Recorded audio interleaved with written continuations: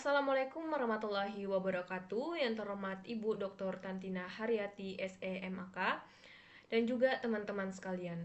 Perkenalkan, kami dari kelompok 1 C013 Program Studi Akuntansi Fakultas Ekonomi dan Bisnis di Universitas Pembangunan Nasional Veteran Jawa Timur tahun ajaran 2025-2026. Di sini kami akan membahas tugas kelompok minggu kelima mengenai akuntansi dan nilai waktu uang. Namun sebelum kami membahas soal satu persatu, izinkan kami memperkenalkan diri. Saya sendiri Alfrisilia Sesitanjola dengan MP Makir 043. Perkenalkan, nama saya Nadine Ahadian Sifwah dengan NPM akhir 027. Halo, perkenalkan saya Tasya Azahra dengan NPM akhir 031. Perkenalkan, nama saya Natalia Rahayu Putri Kristiani dengan NPM akhir 075. Perkenalkan, saya Felicia Sagira Putri dengan NPM akhir 189. Perkenalkan, saya Reisa Ismadani dengan NPM akhir 210. Soal yang pertama ada soal dari P6.1 LO 2,4. Di mana soal bagian A diketahui perusahaan ini menjual bangunan pada 1 Januari 2022 dengan harga perolehan bangunan sebesar 25 juta yuan dan akumulasi penyusutan sebesar 10 juta yuan. Perusahaan menerima wesel tanpa bunga sebesar 24 juta yuan yang akan diterima pada 1 Januari 2025. Tingkat bunga sebesar 9%. Yang diminta dalam soal adalah menentukan berapa keuntungan yang harus diakui dari penjualan bangunan tersebut. Nah, langkah yang pertama adalah menghitung nilai sekarang dari wesel. Nilai sekarang dari wesel itu menggunakan rumus present value. EV dari nilai masa depan yaitu 24 juta yuan dan faktor present value untuk 3 tahun dengan bunga 9% adalah 0,77218. Jadi nilai sekarang atau present value dari wesel sebesar 18.532.320 yuan. Nah, langkah yang kedua adalah menghitung nilai buku bangunan. Nilai buku bangunan dihitung dari harga perolehan dikurang akumulasi penyusutan. Jadi nilai buku bangunan sebesar 15 juta yuan.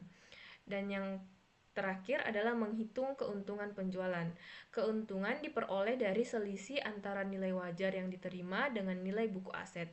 Jadi keuntungan yang harus diakui dari penjualan bangunan tersebut adalah 3.532.320 yuan. Selanjutnya soal bagian B. Diketahui jumlah obligasi yang dibeli 300 lembar, nilai nominal setiap obligasi 100.000 yuan, tingkat bunga obligasi 9% per tahun, jangka waktu obligasi 10 tahun, jatuh tempo pada 1 Januari 2032, dan bunga dibayar setiap tahun. Yield yang diinginkan investor sebesar 11%. Yang ditanyakan dalam soal, berapa harga yang dibayar perusahaan yang saat membeli obligasi Walters. Nah, untuk mengetahuinya, langkah yang pertama adalah menghitung nilai nominal obligasi, yaitu jumlah obligasi dikali nilai nominal.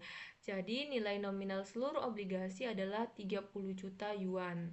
Yang kedua, itu menghitung bunga yang diterima setiap tahun. Bunga obligasi yang dihitung dari kupon 9%. Artinya, setiap tahun investor menerima bunga sebesar 2.700 yuan selama 10 tahun. Yang ketiga, menghitung nilai sekarang dari nilai nominal. Nilai nominal dibayar saat jatuh tempo sehingga harus dihitung present value dengan tingkat yield 11% selama 10 tahun.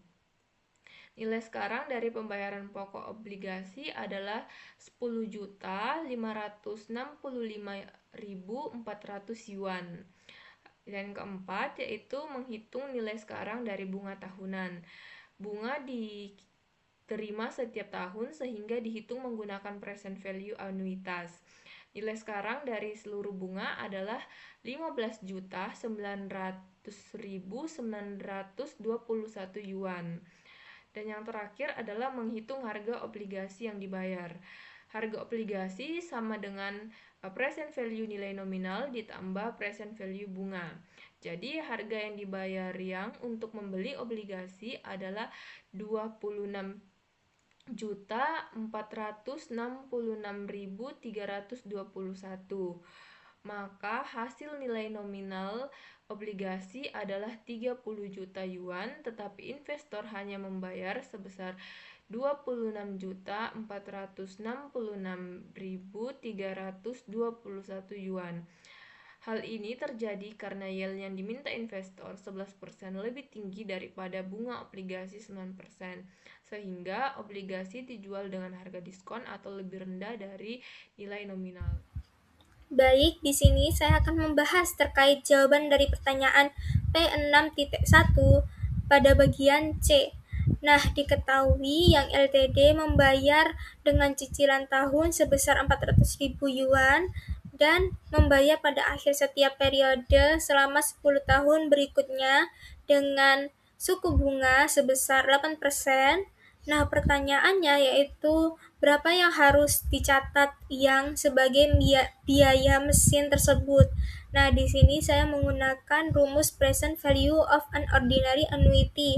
Mengapa saya menggunakan rumus ini? Karena pembayaran tersebut terjadi di akhir setiap periode.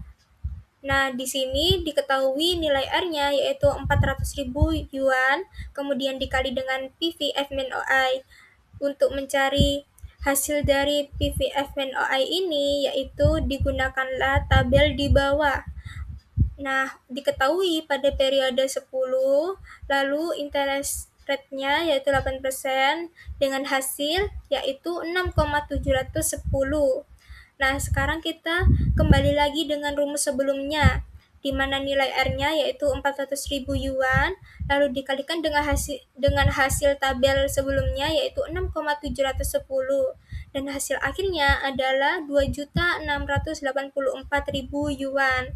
Jadi, yang harus dicatat yang sebagai biaya mesin tersebut yaitu 2.684.000 yuan. Baik, selanjutnya saya akan membahas terkait jawaban dari pertanyaan P6.1 pada bagian D. Diketahui yang LTD membeli traktor khusus pada tanggal 31 Desember 2022 yang harus membayar 2 juta pada saat pembelian dan 500.000 yuan pada akhir setiap tahun selama 8 tahun berikutnya. Untuk suku bunganya diketahui yaitu 12%. Nah, pertanyaannya yaitu berapa nilai traktor tersebut yang harus dicatat pada tanggal 31 Desember 2022 dengan asumsi suku bunga yang sesuai sebesar 12%. Nah, di sini saya menggunakan rumus yang sama dengan bagian C, di mana nilai R-nya yaitu 500.000 yuan, kemudian dikalikan dengan PV/FMNOI.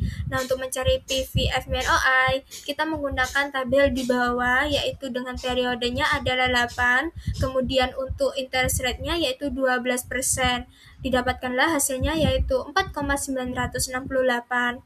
Nah, sekarang kita kembali lagi dengan rumus sebelumnya, di mana nilai R-nya yaitu 500.000 yuan, lalu dikalikan dengan hasil dari tabel di bawah, yaitu 4,968. Kemudian ditemukanlah hasil akhirnya adalah 2.484.000 yuan. Pada soal bagian E, PT Yang ingin menarik dana sebesar 12 juta yuan setiap akhir tahun selama 9 tahun dari sebuah dana investasi yang memberikan tingkat bunga 11% per tahun. Karena penarikan dilakukan di akhir setiap tahun, maka kasus ini termasuk ordinary annuity. Untuk mengetahui berapa dana yang harus diinvestasikan di awal, kita menghitung present value dari anuitas tersebut. Berdasarkan perhitungan, diperoleh nilai sekitar 66.444.000 yuan. Jadi, agar PT Yang dapat menarik 12 juta yuan setiap tahun selama 9 tahun, perusahaan harus melakukan investasi awal sebesar sekitar 66.444.000 yuan. Lalu ada soal P62 LO234 yang terdapat 4 soal yaitu A, B, C, dan D yang akan dibahas oleh kelompok saya di slide selanjutnya. Nah, di sini saya akan membahas soal P62 bagian A, di mana di sini perintahnya yaitu untuk mencari nominal yang disetor oleh net per tahun agar mencapai $90.000 dalam periode 8 tahun. Nah, di sini saya sendiri menggunakan rumus future value of ordinary annuity, di mana ada R yaitu nominal pembayaran tetap, ada FVF strip OA atau future value of ordinary annuity, ada N yaitu jumlah bunga yang dihitung pada periode, dan I adalah tingkat bunga per periode. Di sini diketahui R atau nominal pembayaran tetapnya sebesar $90.000 dan N jumlah bunga yang dihitung pada periodenya selama 8 tahun. I tingkat bunga per periodenya sebesar 8%. Nah, setelah diketahui rumusnya sendiri, $90.000 ini dibagi dengan rumus FVF OA, lalu dibagi dengan 0,8 atau didapat dari 8% ini sendiri. Nah, langkah pertama yaitu menghitung pangkatnya 1 dikali dengan 0,8 pangkat 8. Hasilnya sendiri didapati 1.85093. Nah, hasil ini dikurangi dengan 1, lalu dibagi dengan 0,08. Lalu hasilnya yaitu 10.6366. Nah, 10.6366 ini sendiri nanti dibagi dengan $90.000. Jadi $90.000 ini nantinya dibagi dengan 10.6366. Kenapa dibagi? Jadi di sini itu karena yang dicari adalah banyaknya nominal pembayaran yang harus disetor oleh net per tahunnya, agar selama 8 tahun dia ini mendapatkan $90.000. Nah, hasil dari pembagian itu sendiri yaitu sebesar $8.462.000. Nah, artinya di sini net harus menyetorkan sebesar $8.462.000 per tahunnya agar selama 8 tahun dia mendapatkan $90.000.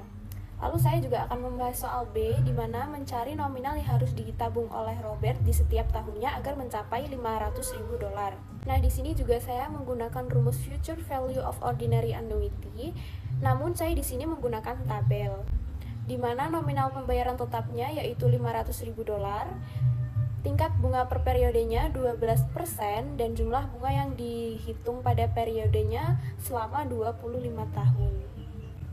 Nah, dari tabel sendiri didapati 12% pada kolom ke-25 atau pada periode 25 yaitu 133.334. Lalu hasil dari tabel ini akan dibagi oleh nominal pembayaran tetap yaitu $500.000 dibagi dengan 133.334. Sama seperti penyelesaian soal A tadi, di sini dibagi, alasannya sendiri karena yang dicari adalah nominal yang harus ditabung oleh Robert di setiap tahunnya. Jadi di sini $500.000 dibagi dengan 133.334 yaitu mendapati hasil $3.750,09. Jadi di sini Robert harus membayar sebesar $3.750,09 per tahunnya agar mencapai $500.000 pada saat umurnya 65 tahun. Baik, selanjutnya saya akan menjelaskan jawaban dari pertanyaan 6.2 bagian C tentang berapa tahun yang dibutuhkan oleh Dian Rose agar ia dapat mengumpulkan cukup uang untuk melunasi utangnya. Jadi dari pertanyaan itu disebutkan kalau Dian Rose itu mempunyai investasi sebesar $20.000 yang ditanamkan dengan tingkat bunga 9% per tahun. Tujuan dari investasi tersebut adalah agar nilainya dapat berkembang menjadi $47,347. Jadi untuk menyelesaikan soal ini, saya menggunakan konsep future value dari investasi tunggal. Kenapa? Karena kita ingin mengetahui berapa nilai uang sekarang jika berkembang di masa depan dengan bunga tertentu. Rumus yang dibutuhkan adalah future value sama dengan present value dalam kurung 1 ditambah tingkat bunga per tahun pangkat jumlah tahun yang ingin dicari. Jadi sini tinggal kita masukkan saja future value-nya ada $47,347 sama dengan present value-nya $20.000 dalam kurung 1,09 dari mana? Itu dari 1 ditambah tingkat bunga tadi itu kan 99% dari pertanyaannya. Lalu pangkat 6. Lalu ini nanti kita pindahkan jadi 47,347 dibagi dengan 20.000 sama dengan 1,09 pangkat N. Sama dengan hasilnya adalah $2,36735 sama dengan 1,09 pangkat N. Jadi, hasil N-nya adalah 9,99 atau jika dibulatkan menjadi 10, yang berarti Dian Rose perlu menginvestasikan uangnya selama sekitar 10 tahun dengan tingkat bunga 9% per tahun agar jumlahnya cukup untuk melunasi utangnya yang sebesar $47,347. Baik, selanjutnya saya akan melanjutkan penjelasan yang telah disampaikan oleh rekan kami sebelumnya. Di sini saya akan menjelaskan pada poin D. Cindy Houston memiliki utang sebesar $27.600 yang harus dibayar 4 tahun lagi. Saat ini, Cindy memiliki $19.553 yang akan diinvestasikan selama 4 tahun.